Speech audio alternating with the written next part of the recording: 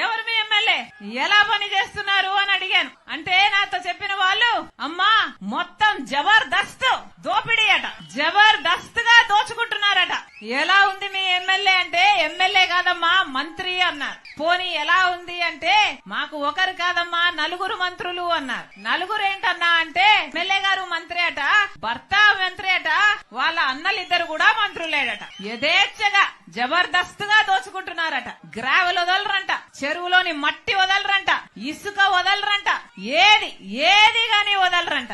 ఆఖరికి పేద వాళ్ల కోసం హౌసింగ్ కడితే ఆ హౌసింగ్ మాఫియాలోనే చేతులు మారడంలోనే 100 కోట్లు సంపాదించుకున్నారమ్మా అన్నారు. పేదవాళ్లకు కట్టే ఇళ్లల్లో ఆఖరికి చిన్న ఉద్యోగాల కోసం వచ్చినా కూడా కమిషన్లు తీసుకుంటారమ్మా. ఎవరన్నా వెంచర్లు వేశారంటే ఆ వెంచర్ లో వీళ్ళకి ప్లాట్లైనా ఇవ్వాలి, లేకపోతే కప్పమైనా కట్టాలి. వీళ్ళ కన్ను పడింది అంటే ఆ ప్లాట్ గా మిగలదమ్మా, వాళ్ళ స్వాహా చేసేస్తారు అన్నారు. ఇందుకేనా అధికారం ఇచ్చింది, ఇందుకేనా ఓట్లేసింది. ఎక్కడ చూసినా అవినీతి, ఎక్కడ చూసినా డబ్బులమయం. ప్రజల గురించి ఆలోచన చేసేవాడు ఎవరైనా ఉన్నారా అంటే ఒక్కరు కూడా లేదు. ఇలా తయారైంది కదా. రాజశేఖర్ రెడ్డి బిడ్డను నన్ను అంటుంది, నేను అక్కడ తెలంగాణలో పార్టీ పెట్టానట, తెలంగాణలో పార్టీ పెట్టక ముందు నేను కాంగ్రెస్ పార్టీని దూషించానట, ఇప్పుడు కాంగ్రెస్ పార్టీలో ఎలా చేరాను అని అంటుంది. అమ్మా రోజమ్మా, మీకు గుర్తులేదేమో, నేను గుర్తు చేస్తాను. మీరు తెలుగుదేశం పార్టీలో ఐరన్ లెగ్ అన్న పేరుతో మీరు పిలువబడినప్పుడు రాజశేఖర్ రెడ్డి గారి గురించి మీరు ఎంతగా దూషణలు చేశారో ప్రజలు ఇంకా గుర్తే ఉన్నాయి.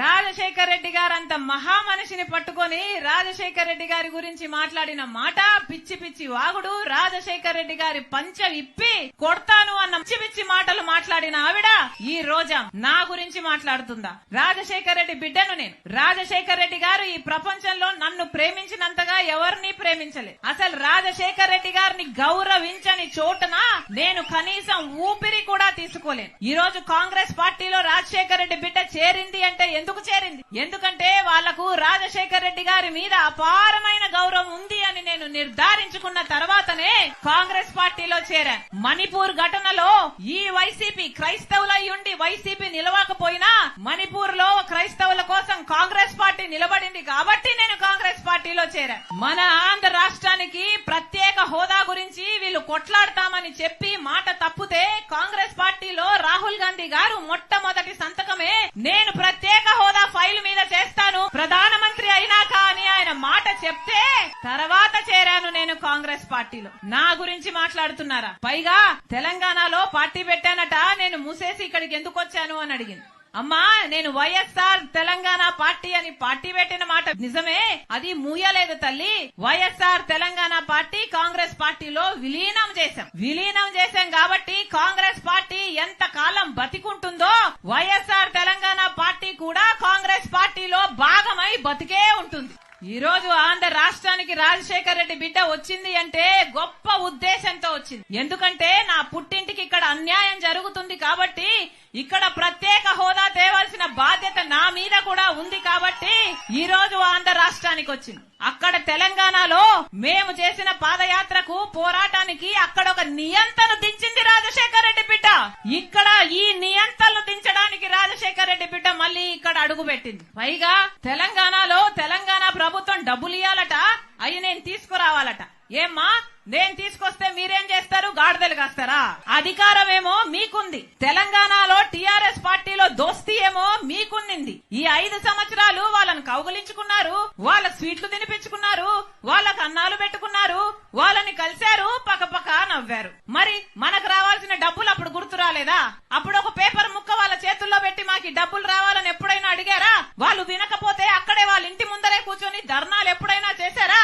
మీకు చేతనయిందా? మీకు దమ్మున్నిందా? ఆ డబ్బులేమో అప్పుడు రావాల్సినవి మీకు గుర్తులేవు. ఇప్పుడు మేము మిమ్మల్ని నిలదీస్తుంటే మా గురించి మాట్లాడుతున్నారా? మీరా మాకు చెప్పేది? మీతో నీతులు చెప్పించుకునే పరిస్థితిలో లేదు. మీరు ఒక మహిళ, ఒక ఎమ్మెల్యే, ఒక మంత్రి, కనీసం మీ నియోజకవర్గానికి ఏమైనా చేసుకోగలిగారా?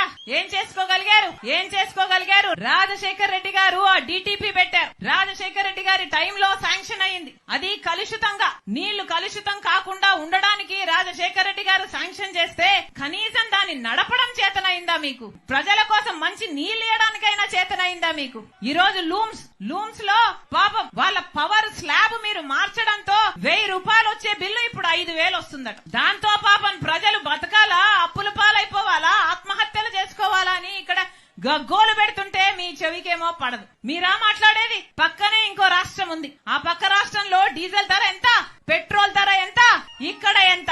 ఏం చేతనైంది మీకు? ఏం చెప్పారు ఆ రోజున? ఇదే వైసీపీ ప్రభుత్వం ఆ రోజు చెప్పలేదా మేము ధరలు తగ్గిస్తాము అని, సబ్సిడీలు ఇస్తాము అని ఆ రోజు చెప్పలేదా? అంతెందుకు మందు బాటలు కూడా పక్క రాష్ట్రంలో తక్కువేనట. ఇక్కడ క్వార్టర్ బాటిల్ ఎంత, అక్కడ క్వార్టర్ బాటిల్ ఎంత?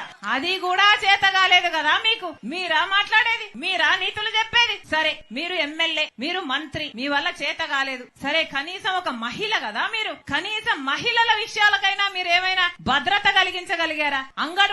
అంగన్వాడీ మహిళలు ఎంత కాలం అయ్యింది సమ్మె చెయ్యబట్టి. వాళ్ళు ఏమడిగారు? పక్క తెలంగాణలో, పక్క కర్ణాటకలో మాకంటే ఎక్కువ జీతాలు వస్తున్నాయి, మాకు 12,000 ఇస్తున్నారు, ఇది సరిపోవటం లేదు, మాకు కూడా పక్క రాష్ట్రంలో జీతాలు పెంచినట్టు మా జీతాలు పెంచండి, మా కుటుంబాలు గడవాలి కదా అని వాళ్ళు అడిగితే జుట్లు పట్టుకొని వాళ్ళని లాగి పోలీస్ స్టేషన్లలో వేస్తారా? ఎన్నిసార్లు అంగన్వాడీ మహిళల మీద ఎన్ని దాడులు చేశారు ఆశా వర్కర్లు. వాళ్ళైనా ఏమడిగారు? వాళ్ళు కూడా అదే అడిగారు కదా. పాపం చిన్న చిన్న గ్రామాలలో ఆరోగ్యం చూసుకునే వాళ్ళు ఆశా వర్కర్. పోనీ వాళ్ళ మీదైనా గౌరవం ఉందా మీకు? మహిళలు కదా అంగన్వాడీ ఆశా వర్కర్లు అంటే. ఆ రోజు చంద్రబాబు గారు గుర్రాలతో తొక్కిచ్చారు. ఇట్లనే వాళ్ళు జీతాల కోసం పోరాడితే ఈ రోజు మీరు పోలీస్ బూట్ కాలు చేత తొక్కిస్తున్నారు. మీకు చంద్రబాబు గారికి ఏమిటి తేడా? మీరా రాజశేఖర రెడ్డి గారి ఆశయాల గురించి మాట్లాడేది? మళ్ళీ చెప్తున్నాం, రోజమ్మ నోరుంది కదా అని పారేసుకోకు. ఇదే పక్క రాష్ట్రంలో ఇలాగే రాజశేఖర రెడ్డి బిడ్డ మీద అధిక ప్రసంగం, ఇలాగే అతిగా మాట్లాడితే జనాలు వాళ్ళందరినీ ఓడగొడితే ఇప్పుడు వాళ్ళు ఇంట్లో కూర్చొని ఉన్నారు. మీ పరిస్థితి కూడా అదే అవుతుంది.